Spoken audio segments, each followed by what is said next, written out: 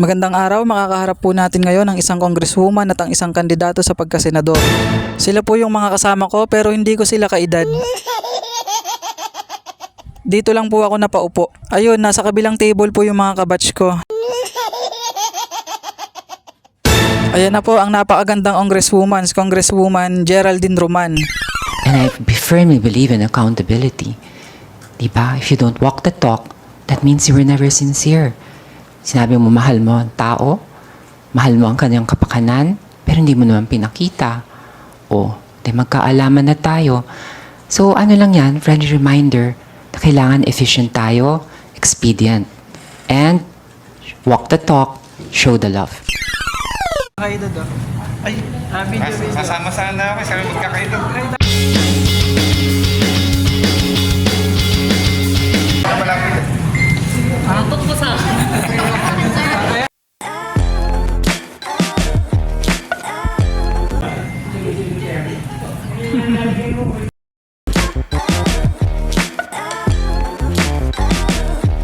Andito na po si Attorney Luke, ang kumakandidato bilang senador ngayong 2025.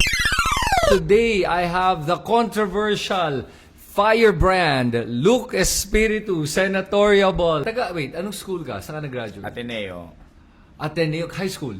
Ateneo. Ateneo, tuloy-tuloy. From high school to law school, Ateneo. But in grade school, I graduated in Lasal. Wow. I've seen you around. I've heard all your debates, your talks at pare, palaban ka.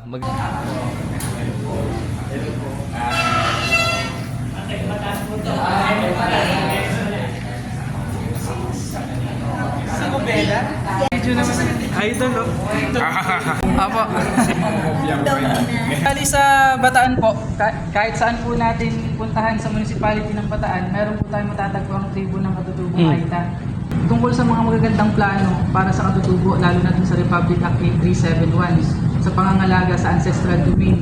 Ngayon po ma'am, in general, gusto kong makuha yung ano po yung posisyon. Ano yung posisyon niyo or papasok sa isip niyo gusto niyo mabanggit na para naman po sa katutubo, lalong-lalo na po sa Bataan. Hingin po sa inyo dalawa, unahin po natin si Ma'am, si Congresswoman Roman po.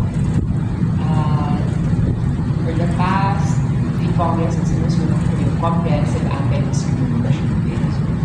Halaga yan. Ito yung batas na nag-identify na tinatawag natin protected attributes. Kumbaga yung mga personal circumstances ng mga mamamayang Pilipino tulad ng edad, kasabihan, gender, status, ethnicity, religion, at mga muna. Ang sinasabi sa batas na ito, hindi ka pwedeng mag-discriminate, hindi ka pwedeng mag-sino ng isang mamamayan nakabase dito sa mga tinatawag natin protected attributes. Napasok yung ating mga doon sa protected attribute na ethnicity. So, nangyayari, nakakaroon pa rin ng discrimination, at nanonormalize na nga sa lipunan, dahil na rin sa rural setting na sabi, pinagtago na ng mga ID, discriminants, kaya nakakaroon din natin ng mga nakakita ng trabaho. So, ito po ang line ng ating comprehensive anti-discrimination. Kasama na rin po dyan yung sexual orientation and gender identity expression. Ang pinagpunon, kala ng mga tao, wala tinatawag na intersectionality.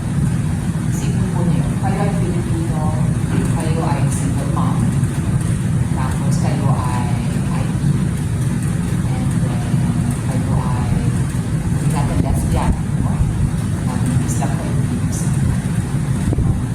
We have several layers ng discrimination ng kita siguro.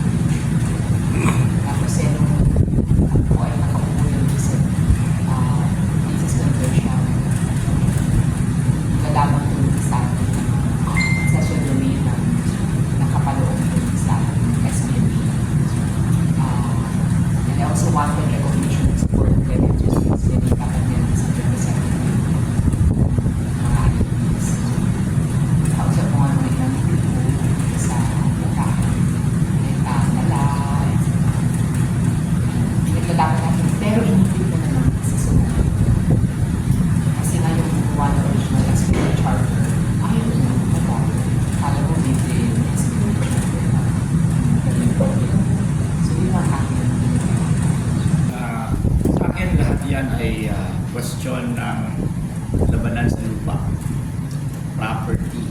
Okay?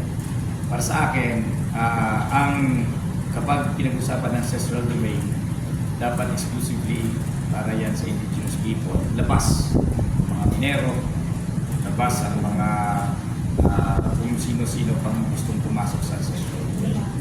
At talaga I'm not a fan of the free prior informed consent. It's as if yung indigenous people bring a consent. Not only sila power, it's the consent. So, pag usapin ng agricultural land, dapat yan sa kamay ng magsasaka. Usapin ng lupain sa cities, dapat yan sa kamay ng So, usapin ng coastal communities, yung lupa dyan, dapat yan sa kamay ng ministry. And any path towards development must proceed from land. Must proceed from land being held and exclusively talagang under the stewardship of the indigenous people. Labas ang mga minero. I mean, sila exclusive na magdidetermina kung ano ang gagamitan nila ng ancestral domain. In fact, meron akong presumption of illegality once na pumasok ang minahan. Pre-presume ko na kaagad na kalokohan yan. Ipipresume ko na walang consent ang indigenous people dyan kasi may power relations yan. Diba? Ang presumption ko na kaagad dyan, walang consent. Basta pumasok ang minahan ka, lalo na meron mga private family dyan. Diba? So any path to development must proceed from that the indigenous people possess their land and have exclusive power over paano i-manage ang mga lupain na yan. So the path to development ng ating mga ancestral domain I will be tied with environmental protection and sustainable development. If the land is sa kamay ng mga magsasaka, so the path to development is agricultural production. Definitely not the kind of development na gustong i-offer ng mga land developer na tulad nila Manny Villar at saka NPC. For me, that's not development. Ang akin ng development ay lupa sa kamay ng magsasaka, agricultural production, kaya yabungin ng agrikultura, produksyon, nakabase sa produksyon, ang ating ekonomiya. Lupa na nasa kamay ng mga mangingisda. So that's the path to development. Support the mangingisda, protect them in their fishing communities. Diba? So, ang path to development mo ay nakatungtong sa produksyon. Hindi yung development na nakatungtong sa pag-protect ng commercial fishermen.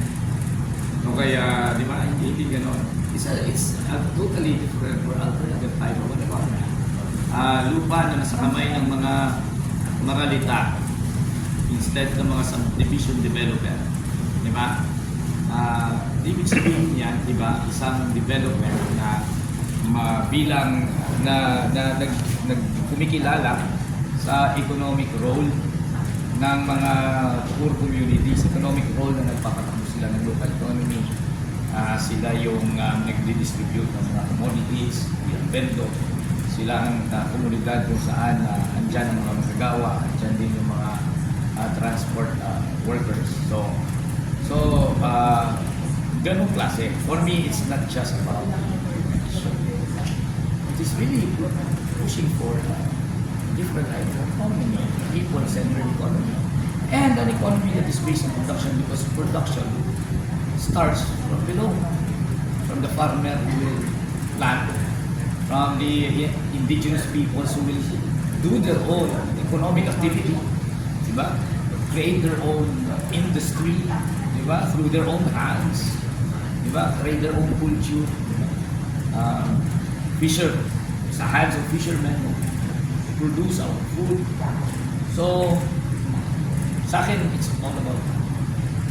about protecting pinaka-productive sectors. So, you would imagine anything now, pag tinanong mo sa akin, payag ka ba sa mining? Of course, ito, for mining. Ang tingin mo sa free prior informed consent, that's really just BS. It's BS. It's about accepting ng rule lang ng IPI, passive. At papasok dapat ang mga corporations to exploit ancestral domain. So you can imagine na any other type of protection I want. Militarization, of course,